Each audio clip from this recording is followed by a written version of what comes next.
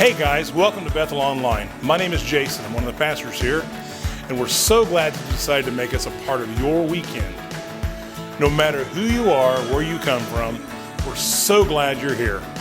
Our vision is to be a safe place for real people to encounter the real Jesus and experience real change. Our hope and our prayer is that no matter who you are or what you've been through, you know that you are loved and you are wanted here. We would love to get to know you better and help you connect with all that's going on. You can do this by going to our website at www.bethel.us or by downloading the Bethel app. You can find our app by searching Bethel Putco in your app store. Both online and in the app, you can fill out a digital connection card. It only takes a minute and it'll help us know how to serve you better. Another way you can connect today is through giving. Your generosity at Bethel directly impacts God's mission to radically change people's lives in Putnam County and beyond. Through the ministries of Bethel and the many local and regional organizations we support, people are able to see the grace of God and how much He loves them. You can always give on our website at bethel.us/give or in the Bethel app. Thank you for partnering with us and making a difference. Well, thanks again for tuning in online today.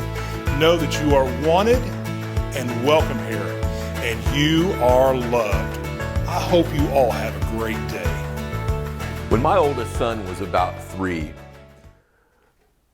we decided to go to the playground. We had been to playgrounds before. We had a small playground in our backyard, and he was used to swinging and going on the slide. But as we pulled up to this public playground, we saw a slide that was extremely tall compared to the slide he was used to. And he immediately pointed to the slide and told me that he wanted to slide. And so I carried him to the top of a ladder that was almost too long for his legs to reach. And I set him up on top of the slide that had a lot of promise. It was something that had him excited. He was kind of pumped about it until he looked down. And when he looked down, I noticed that he started to reach for the bars on the side of the slide. Now, I had no plans of going down the slide with him. I was just going to send him down and catch him on the other end. But he held on so tightly to the slide that for like 20 minutes, there was this negotiation of me as a dad thinking, if I let him back off of this, he's going to operate scared. I don't want him operating scared. I want him to experience some of the joys of life. I can be a little cautious at times, and I kind of hope for my kids that maybe they're not quite as cautious as I am. After a few minutes, finally, I did what every good dad would do, and I pulled his hands off of the bars, and I pushed him down the slide. It went fine. He got to the bottom. He was all laughs. He had experienced something, but in order to experience something, he had to let go. The next time that we went up the slide, he never touched the sidebars. He never held on. He was ready to go because he had experienced the exhilaration of what it meant to let go.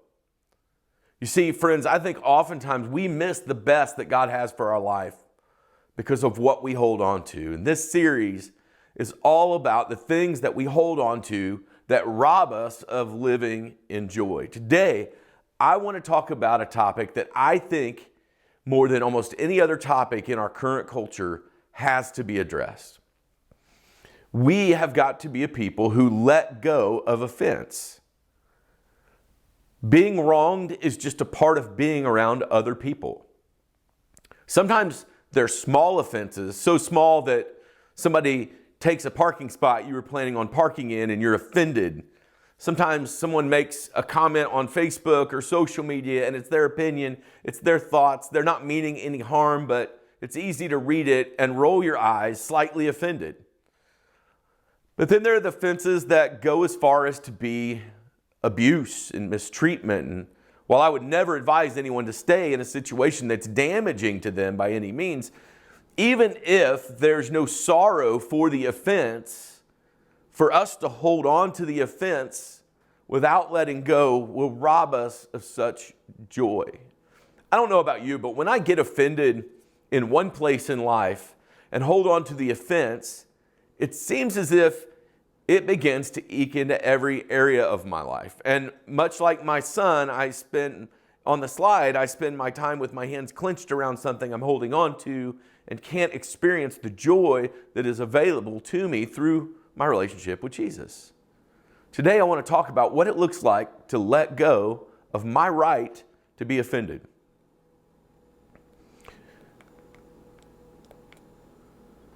If you look in the book of Romans, it's a book written by Paul to the people in Rome, a very diverse group of people who came from very different backgrounds, a group of people who had very different histories, who were coming together kind of in the early church. And Paul is talking to those believers, and he's describing to them grace. Had Paul experienced grace from God? Absolutely. You see, before Paul came to a relationship with Jesus, he was actually trying to destroy the people of Jesus. He was literally there present while they were stoning and killing people for their faith in Jesus, but then he has an encounter with God that changes his life.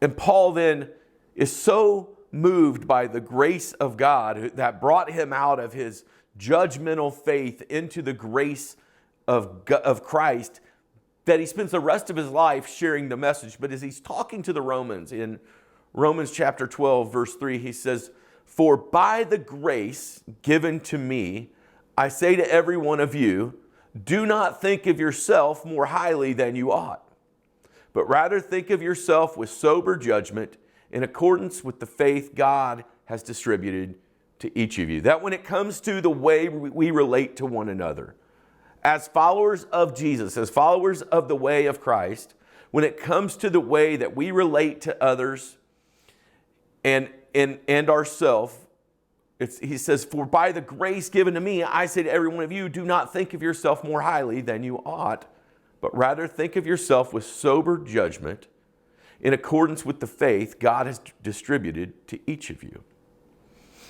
That the fuel that allows us to let go of offense is the grace that God has given us through our own experience in life. If you've ever ascribed to God's forgiveness in your own life, you have the power and the ability to give it to others. Paul had experienced incredible grace from God. Paul had experienced incredible grace from other followers of Christ. And Paul was saying, by the grace that has been granted to me, I can put my rights below the others around me. I can think of myself soberly. So when it comes to offense being done to us, when it comes to the things that have happened to us or the little things we can become offended about, there's a moment that we can have where we kind of raise ourselves above it. Where I could enter into a moment of offense. You see, offense can often hang on for a long time, but many can be let go easily.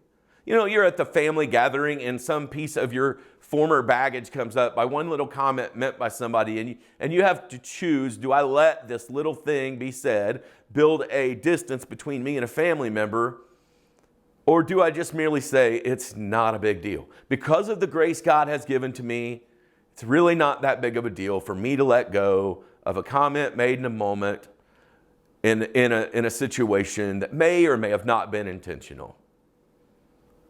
And for many of us, the bigger events and the bigger hurts, and they seem a little harder. We say things like, well, maybe they're not sorry that they offended me. Or, I'm sorry, but they get what they've got coming. But as those of us who follow Jesus, we can't ascribe to the idea that we want everyone to get what they've got coming, because God has offered to remove and forgive us and to remove the offenses that we have dearly put against Him. Because of God's grace to me, I can give others the benefit of the doubt. Now, I hate running errands. I don't go shopping. I go buying. If I need something, I buy it. If I can at all possible avoid going in the store to get what I want, I do. I don't love it. Recently, I had to go to the to a local store. I had to go. I needed something I had to get. I had to get it that day. I didn't have time to get a pickup order. So I'm pulling in. I'm kind of irritated. And all of a sudden, a car coming the other direction pulls into my spot, the spot I had already spotted. I had already put my signal on. And everything in me cut loose. Like, what are you doing? Like, did you not see me? I had my turn signal on. Are you an idiot? Are you? Like, there was a list of thoughts coming through my mind about this person who was invading on the fact that I already had to do something I didn't want, and now they were making it take longer. I took offense. I was irritated. Like, I got out of the car and I was so irritated, I almost said something like, hey, did you not see my turn signal? And it just happened that at some point during this conversation, some sanity hit my mind. Like, hey, you don't need to be a preacher in town yelling at somebody who apparently doesn't see very well anyway.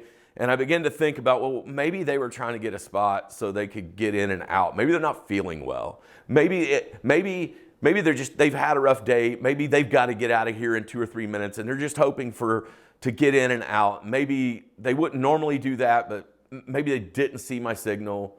Maybe their mind's on something else. You see, if I want to release offense, I do have the potential to give others the benefit of the doubt. So often in our relationships, we begin to believe the worst. When we're unhealthy, we believe the worst about other people. Like, they're just rude. They don't care about other people. They're just generally stupid. We think those kind of thoughts. Rather than believing the best, we believe the worst. And what I know is when we believe the worst about other people, we'll never get to know the why behind some of their behavior.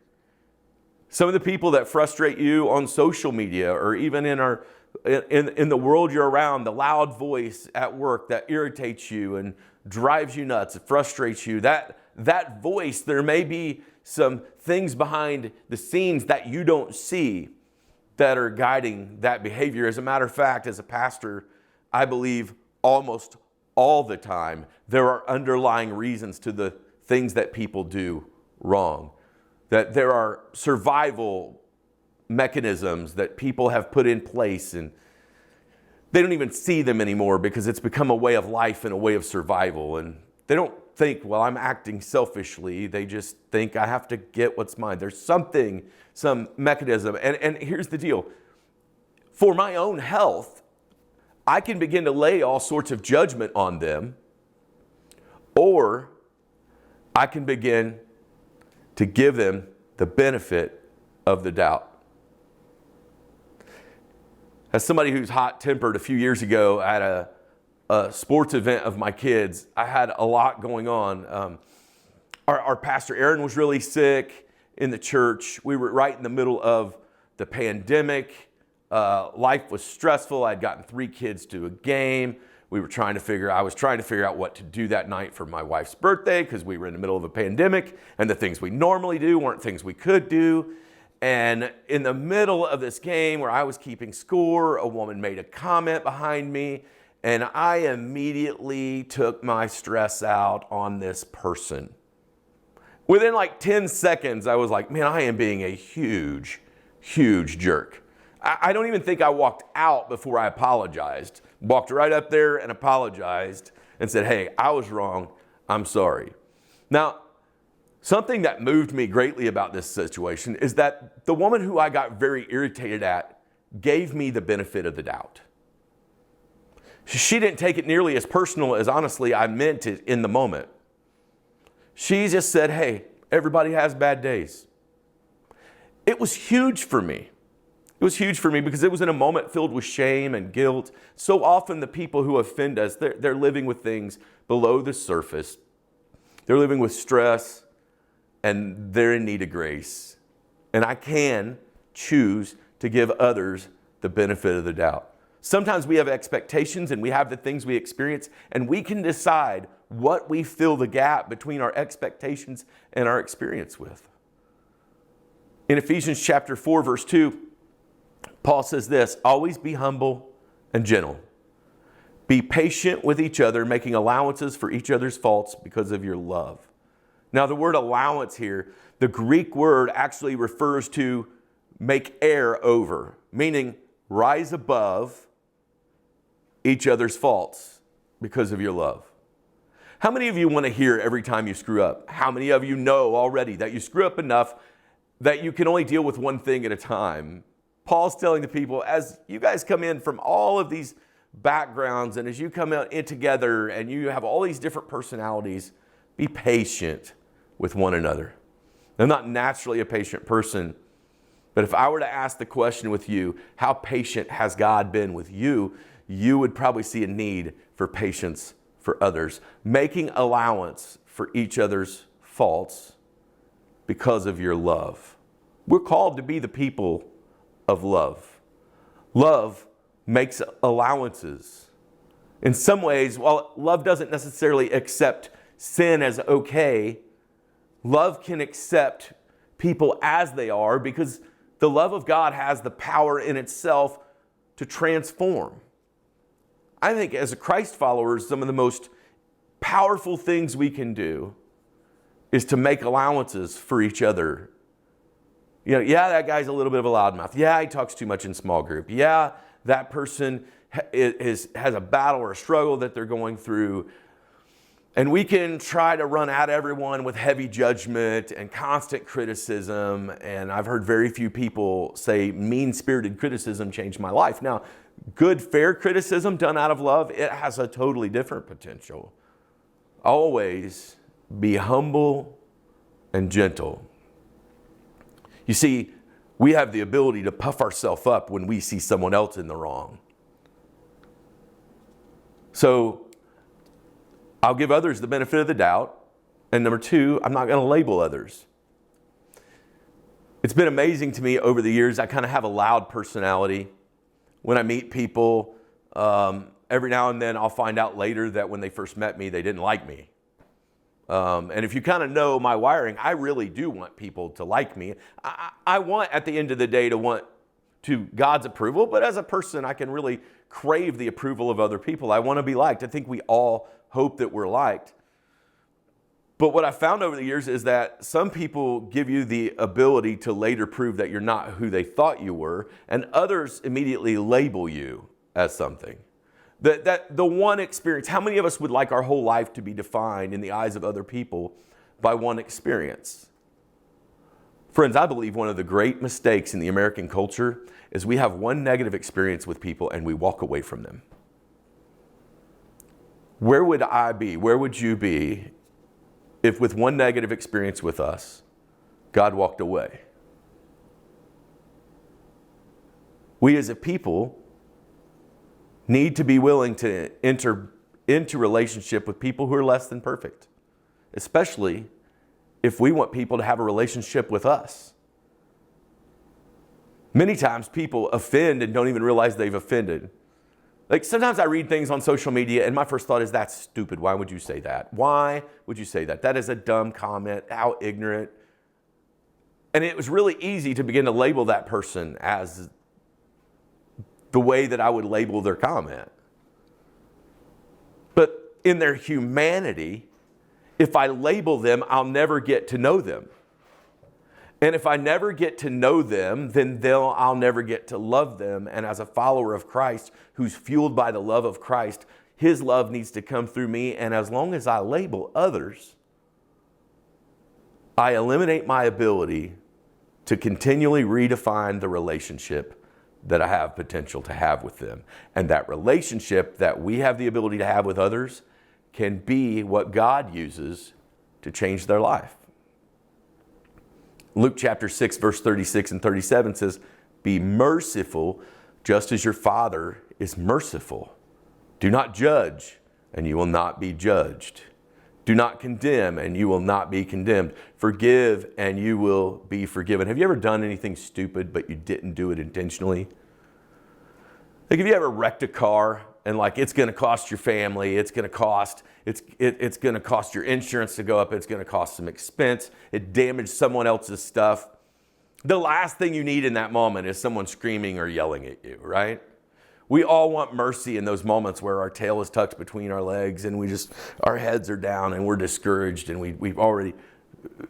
what the Gospel of Luke is saying here What Jesus is saying here is have mercy, because God is merciful. That when we judge, we're lacking mercy.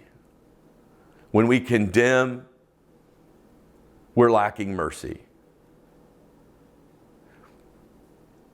Number 3, I'll forgive as I've been forgiven.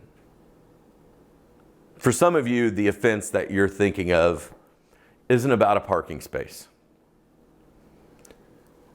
It's about an abuse or a mistreatment. It's about a cold-hearted decision against you that someone made. It's about the gossip that was said, the lie that was told, the damage done to your relationship. And as much as you might have the right, because of their wrong, to get back, often God uses forgiveness in a powerful way. Colossians 3 verse 13 talks about the church working together during a time of chaos, and it says, make allowance for each other's faults. You see, I often hear people's reason for not being a part of the body of Christ to be church hurt, or those people did that to me. So they walk away from the family of God out of anger, or they walk away out of a lack of forgiveness. And at the end of the day, what they really miss out on is deeper relationships. What they really miss out on is living in the context of grace and learning to give grace. And we've got to get to a place where we don't run away from every relationship or everything just because we've been offended and hurt. You can read a feed without getting offended. Yes, I know there are people who think that. I don't think that. Doesn't mean that they're horrible and I'm amazing. It just merely means I'm offended by it. Sometimes we take offense because of the attitude we take into the situation. Paul's telling them, make allowance for each other's faults. Forgive anyone who offends you. Remember, the Lord forgave you, so you must forgive others. Now, for the sake of the person who's watching this video, trying to navigate how to forgive someone who is unsafe in their life, this does not mean you have to run right back in to an unsafe situation. Sometimes it just means letting go of it, giving it to God. Matthew 6:14 and 15 is a passage that at times in my life has haunted me, and at times in my life it has prompted me to go deeper toward forgiveness when I really didn't want to. Matthew 6:14 and 15 says, for if you forgive other people when they sin against you, your heavenly Father will also forgive you. But if you do not forgive others their sins, your Father will not forgive your sins. And for some of you, the idea that you would let go of the wrong done to you is almost sickening to your stomach. It feels like an injustice. It feels like it will never be righted. But friends, if we want forgiveness, we have to grant it. And sometimes our forgiveness isn't about us running to someone and saying, I forgive you. It isn't running back into a relationship. It's just saying, hey, revenge is not mine. Me righting the wrong is not what has to happen here. So friends, be kind and compassionate to one another, forgiving each other just as Christ forgave you. And let down your right to be offended. Hey, thanks so much for watching. Are you ready to take your next step? We would love to hear from you. You can send an email to hello@bethel.us. You can send us a message on Facebook, or you can let us know in the Bethel app. And speaking of the Bethel app, take a moment, if you haven't already, to go to your app store and search Bethel Putco to download our app. There's all kinds of great resources in the app. You can listen to messages, you can view the messages from Sunday morning, and you can also fill out a digital Connect card. You can do that today and each week to let us know that you're tuning in. You can also find some great information about our Bethel Kids Ministry and our Be the One student ministries. Also in the app, you can give. It's one of 3 ways you can give. with online giving at bethel.us/give, in our app, Bethel Putco, or through text. Hey, thanks again for joining us. We hope you have a great day and know that you are loved.